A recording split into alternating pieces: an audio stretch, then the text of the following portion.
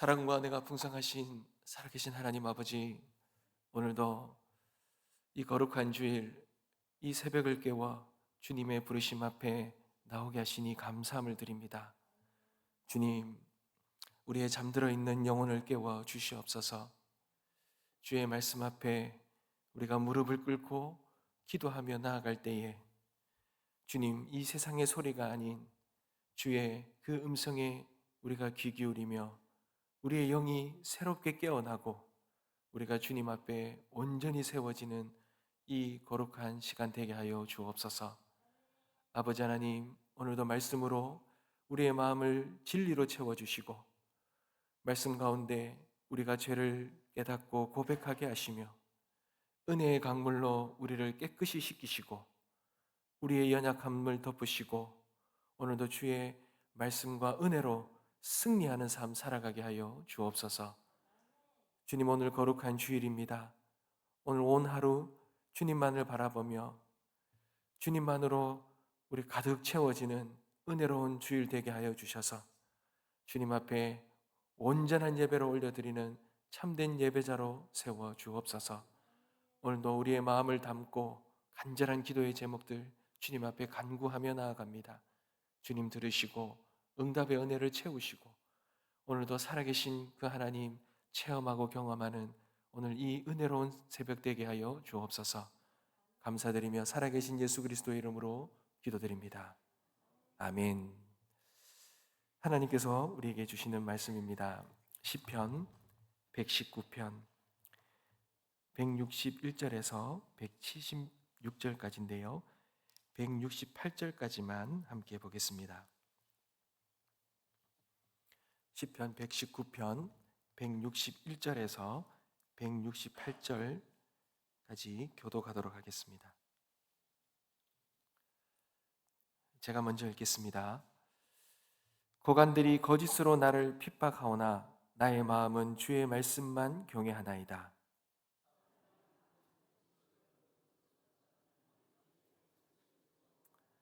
나는 거짓을 미워하며 싫어하고 주의 율법을 사랑하나이다.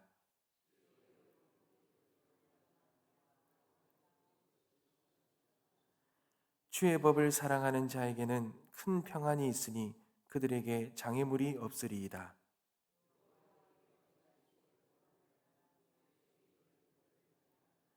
내 영혼이 주의 증거들을 지켜 싸우며 내가 이를 지극히 사랑하나이다. 내가 주의 법도들과 증거들을 지켜 싸우니 나의 모든 행위가 주 앞에 있음이니이다. 아멘. 사랑하는 성도 여러분, 우리가 시편 119편을 함께 묵상하고 있습니다. 여러분, 이 119편의 시인을 이 고백들을 보면 참 그의 삶에는 엄청난 고난이 있지만 그는 늘 주의 말씀을 사모하면서 이 고난의 시간들을 주의 말씀으로 이겨나가는 것을 보게 됩니다. 시인의 삶에 참 여러 가지 이 감당할 수 없는 고난이 있지만 그러나 그가 정말 너무나 주옥 같은 그런 신앙의 고백을 통하여 주님의 이 말씀을 사랑하면서 그의 이 신앙들을 이겨나가는 이 모습들, 여러분 어떻게 이 시인이 그렇게 이 어려운 상황 속에서도 말씀을 사모하면서 나아갈 수 있겠습니까?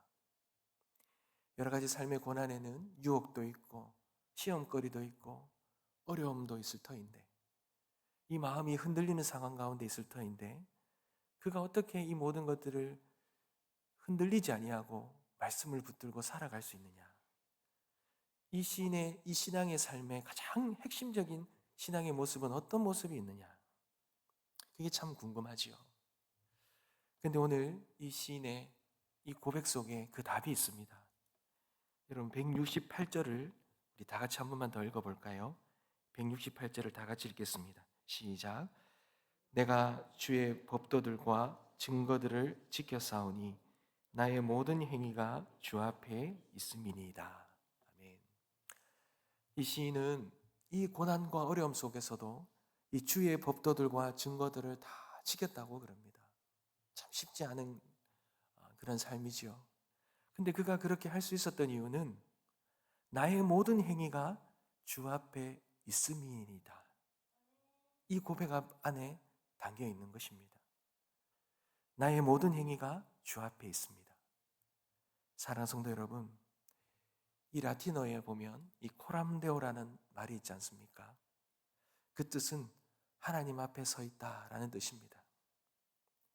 이 말은 우리 신앙인들의 삶이 하나님의 눈앞에 살아가고 있다라는 이 삶의 태도를 말합니다. 우리가 예배를 드릴 때만이 아니라 일터에서나 가정에서나 누군가의 만남의 가운데서도 심지어 갈등의 관계 안에서도 우리는 하나님의 눈앞에 서서 살아가고 있다라는 이 인식, 이 신앙의 모습, 그것을 말하는 것이지요. 사랑하는 성도 여러분, 오늘 이 시인이 그 고난 앞에서도 말씀을 지키고 말씀을 사모하고 그 어려운 상황 속에서도 하나님 거짓에 타협하지 아니하고 하나님의 율법을 지키며 살아갈 수 있는 그 삶의 핵심은 바로 이 코람데오에 있는 것입니다. 하나님은 우리가 예배할 때만이 아니라 찬양할 때만이 아니라 기도할 때만이 아니라 우리의 일상의 모든 삶, 거기서 하는 말과 생각과 우리가 마음에 가지고 있는 모든 마음까지도 다 하나님은 보고 계신다라는 것. 이것이 코람데오, 우리가 그 어떠한 상황 속에서도 하나님의 말씀을 붙들며 살아갈 수 있는 신앙의 핵심인 것입니다. 사랑하는 성도 여러분, 하나님이 다 보고 계신다라고 생각하면 우리의 신앙의 삶에는 어떤 다른 점이 있겠습니까? 여러 가지가 있겠지요. 여러분 오늘 3절에 보시면 나는 거짓을 미워하고 주의 율법을 사랑한다 그럽니다.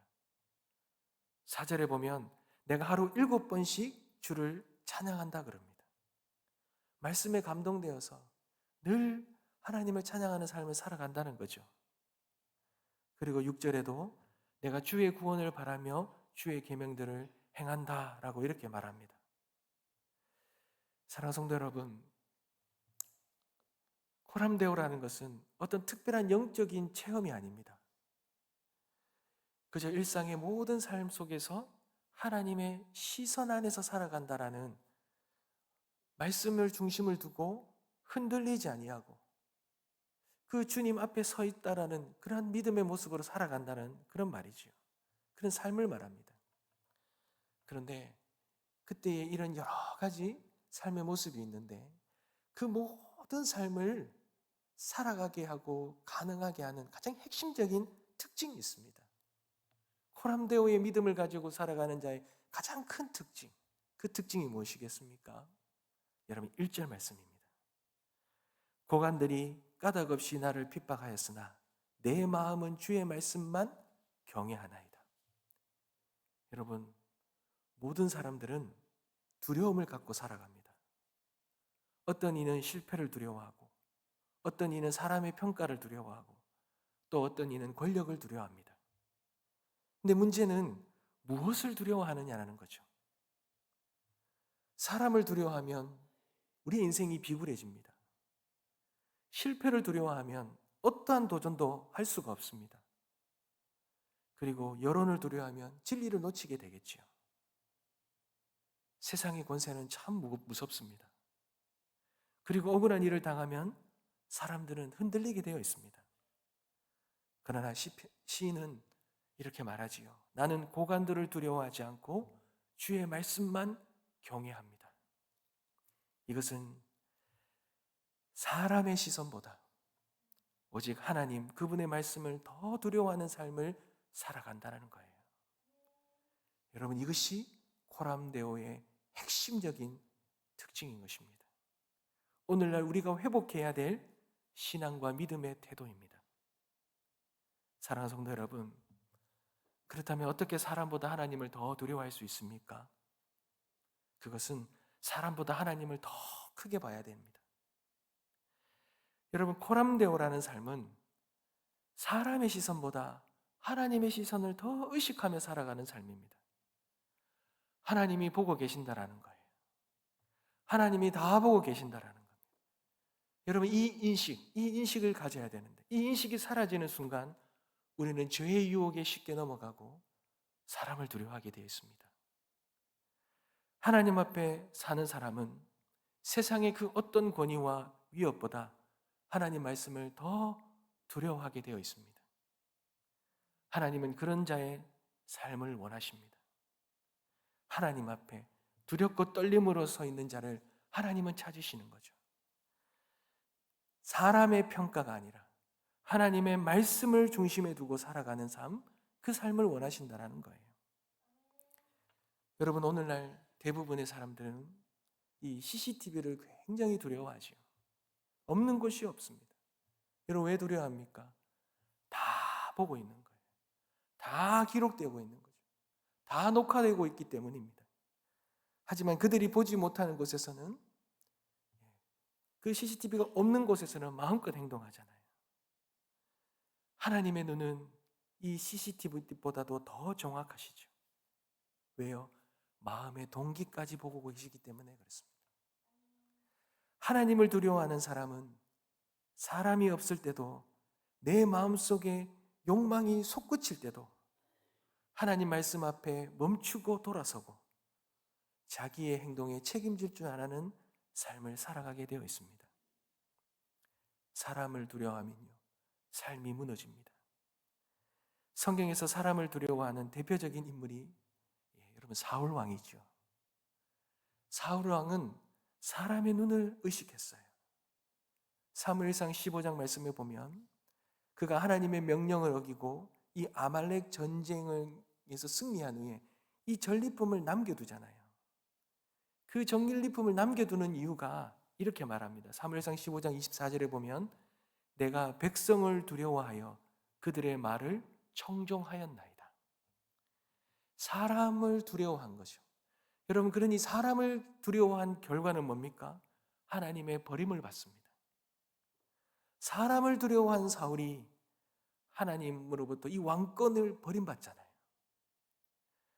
사람을 두려워하면 결국 불순종에 빠지고 자기 파괴로 흐르게 되어 있습니다. 우리는 종종 사람들의 시선을 의식하면서 말씀을 타협하거나 정직을 포기하고 영혼을 잃어버리기도 합니다. 왜요? 두렵기 때문에. 사람을 두려워하기 때문에. 사람을 두려워하면 죄의 문이 활짝 열리죠. 여러분, 이 두려움이라는 것은 죄의 문을 여는 감정입니다. 사람을 두려워하면 진리가 가려워지고 하나님을 두려워하면 진리 앞에 엎드리게 되어 있습니다. 여러분, 하나님을 두려워하는 자의 특징이 뭡니까? 내 마음이 주의 말씀만 경외하다는 거잖아요. 단순히 존중한다는 말이 아니라 두렵고 떨림으로 내 삶의 모든 기준을 말씀에 둔다는 말입니다. 이런 사람의 가장 특징은 혼자 있을 때에도 말씀 앞에 거룩하게 살아갑니다. 모든 선택의 그 순간에 말씀이 기준이 되고 내가 잘못했을 때도 말씀 앞에 엎드릴 줄 아는 자입니다. 여러분, 그 대표적인 사람이 다윗 아닙니까? 다윗은 범죄를 저질렀습니다. 그런데 그가 나단 선지자의 책망 앞에서 어떻게 합니까? 내가 여호와께 죄를 범하였다 고백하면서 회개하며 하나님 말씀 앞에 즉시 엎드리지 않습니까? 사람은 실수할 수 있습니다. 그러나 말씀 앞에 엎드릴 줄 아는 사람이 진짜 하나님을 두려워하는 사람입니다. 사람을 두려워하면 진리를 타협할 수 있겠지만, 그러나 하나님을 두려워하면 진리 앞에 엎드린다는 말이 여기에서 나오는 것입니다. 사랑하는 성도 여러분, 잠언 29장 25절에 보면 사람을 두려워하면 올무에 걸리게 되거니와 여호와를 의지하는 자는 안전하리라. 히브리서 4장 13절 말씀에도 보면 지으신 것이 하나도 그 앞에 나타나지 않음이 없고 오직 만물이 우리를 상관하시는 자의 눈앞에 벌거벗은 것 같이 드러나느니라. 갈라디아서 1장 10절 말씀에 이제 내가 사람들에게 좋게 하랴 하나님께 좋게 하랴. 사랑하는 성도 여러분, 사람의 칭찬은 바람 같습니다. 그리고 사람의 시선은 그림자 같습니다. 그러나 하나님의 말씀은 반석 같고 그분의 눈은 불꽃 같습니다. 그러니 말씀을 경외하는 자, 그 말씀을 경외하는 자는 흔들리지 아니하고 진리 앞에 굳건히 서고 그 어떤 것에서 타협하지 아니하고 주님만 바라보며 걸어가는 자이지요. 그런 자에게는 하나님이 두려움이 아니라 진정한 평안과 담대함을 허락해 주십니다. 사랑하는 성도 여러분, 인생이 젊을 때는요, 사람의 시선을 의식하며 살아가게 되더라고요. 그리고 사람의 평가가 신경 쓰일 때가 있습니다. 그런데 삶을 어느 정도 살고 나면 달라지지요. 이제는 세상보다 하나님 앞에서 인정받고 살고 싶은 그런 삶을 살아가고 싶다라는 그런 고백들을 하게 됩니다. 젊을 때는 사람의 눈이 너무 무섭지만, 그러나 이제는 하나님 앞에 부끄럽지 않게 살아가고 싶은 마음이 큽니다. 사람을 두려워하는 마음을 하나님 앞에 내려놓기를 원합니다. 그리고 말씀 앞에 무릎 꿇고 그렇게 주님을 두렵고 떨리는 마음으로 주님 앞에 서서 나아간다면 하나님은 그런 자를 지키시고 끝까지 포기하지 아니하시고 그 마음속에 담대함과 평안함을 주시고 그런 자를 높이시고 그런 자의 삶을 흔들리지 않는 반석 위에 반드시 세워주시리라 믿습니다. 그런 은혜를 누리게 되시길 간절히 소망합니다. 나의 말, 나의 작은 행동 하나, 나의 모든 선택이 하나님이 기뻐하실 것 같은 그런 삶으로 주님 눈앞에 서 있는다라는 그런 마음으로 오늘 하루하루를 살아갈 때 하나님의 놀라운 은혜가 우리 가운데 충만해지리라 믿습니다. 그런 삶을 살아가는 우리 모든 성도님들 되시길 주님의 이름으로 축복합니다. 기도하겠습니다.